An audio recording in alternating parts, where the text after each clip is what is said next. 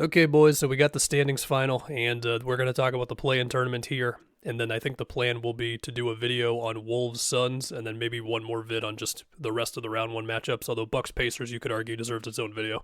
Would also like to wait until these 2-7 matchups reveal themselves first as well. Anyway, let's start with the Sixers and the Heat, which becomes an extremely interesting game for me as a Celtics fan because, as you all know, I'm terrified of Miami and I'm terrified of Joel Embiid. And so the loser of this game, decent chance we'll be seeing the Celtics. The winner of this will get the Knicks. Shout out to him.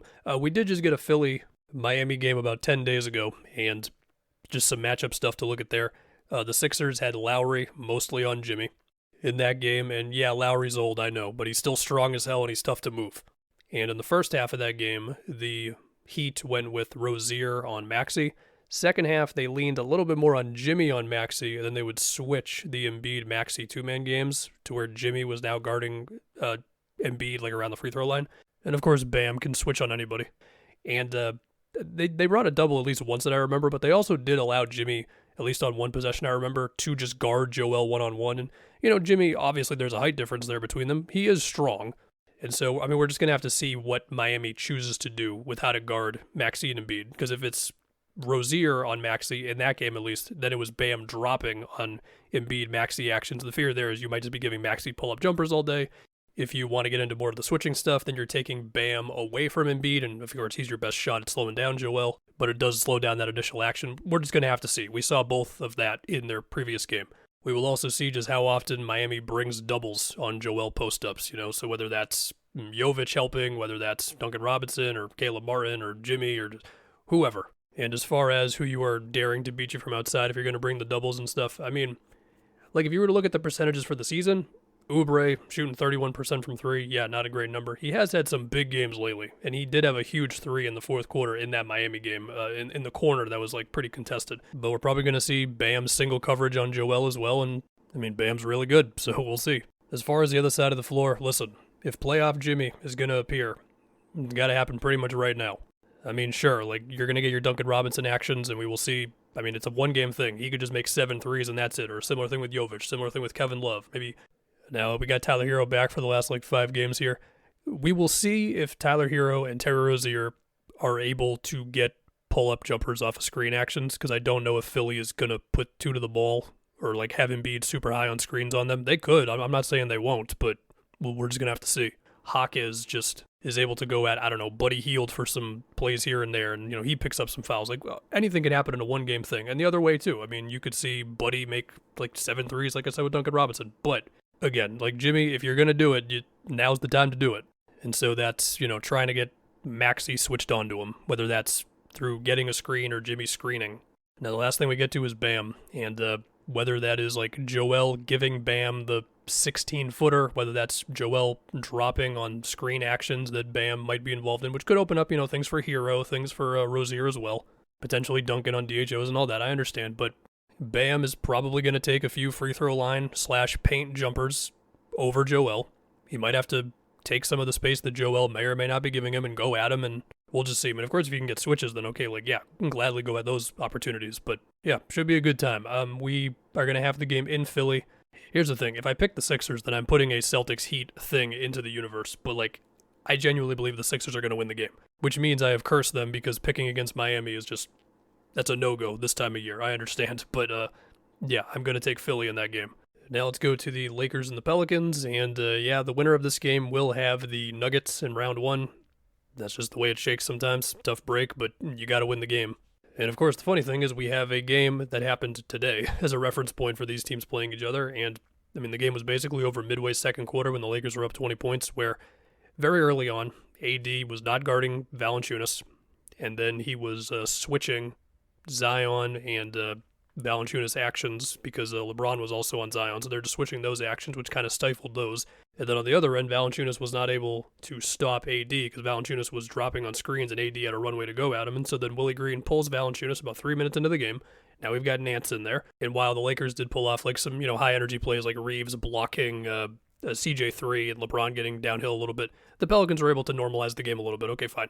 Second quarter, because Willie Green's just Valanciunas is not coming back in this game, they go small. And then from there, the rim protection was super light, and it's LeBron he had like 2 plays where it's just off of a rebound right down the middle of the floor. One time he got a little adventurous with the elbow on Dyson Daniels. I'll give you that. But he got a couple of those. You had some like Torian Prince off the catch drives that were good. Torian Prince and Jackson Hayes doubling Brandon Ingram on one drive that led to him missing. So, okay, Pelicans had a bad game. They'll get another shot at the Lakers in this next one. Do you think I'm going to pick against the Lakers in this game after just seeing this one? Like, I'm going to pick the Lakers to win this game against the Pels, which just shows you how fast this stuff can swing, because like 2 weeks ago, I was like, oh, I really want to see Pelicans-Clippers round 1 because the Pelicans have been surging lately, and now I'm picking them to lose the 7-8 game versus the Lakers. But as always, I'm just a guy talking out of your phone. I know it's in New Orleans, but it's just, let me put it like this. If AD is able to wait for Zion at the rim when it's like not a pick and roll action, and then he's able to switch on to Zion when Zion wants to run that screen action with somebody, like, you know, the 5, that's tough. It's not impossible for Zion to score in those scenarios, but it's tough. And then after that, you're hoping for the 3s to go in, which they did go in this game, but they also had 19 turnovers. And I remember like Rui and D'Lo switched a Nance CJ empty corner pick and roll, and then D'Lo like stole the entry pass. It was a good defensive play. Like, you can't have that stuff happen to you. But look, you know, Ingram, he could cook on mid-ranges. CJ, he had a big game in this one. Trey Murphy could just make a bunch of deep 3s. Herb Jones could just be Herb Jones and change the game defensively. Like, I don't want to act like the Pelicans don't have a shot. But yeah, they're going to need a way to get Zion easier looks. Okay, now let's talk some Kings versus the Warriors. I am guessing that Keon Ellis has got the Steph matchup. I mean, I just took a quick look at their recent games. He's guarding SGA in the Thunder game. He's guarding Bradley Beal damn near full court in the Suns game. He's got CJ in the Pelicans game. Like, Keon gets the tough assignments on guards, right? I assume he's going to be chasing Steph around. There's probably going to be some switching and all that. But Keon, get ready to run, buddy. He'll be up for it. And they got Davion as well. And of course, pretty much everything happens off of Steph's movement and existence within the Warriors. And so if you're getting beat on any sort of cut actions that happen around that, or like a fake Draymond DHO, or, you know, the split actions and all of it, you can't mess up any of that stuff. So that goes for Keegan and Harrison Barnes and Fox and Sabonis and everybody. Now for the Warriors, some lineup things. Kuminga did play against the Jazz.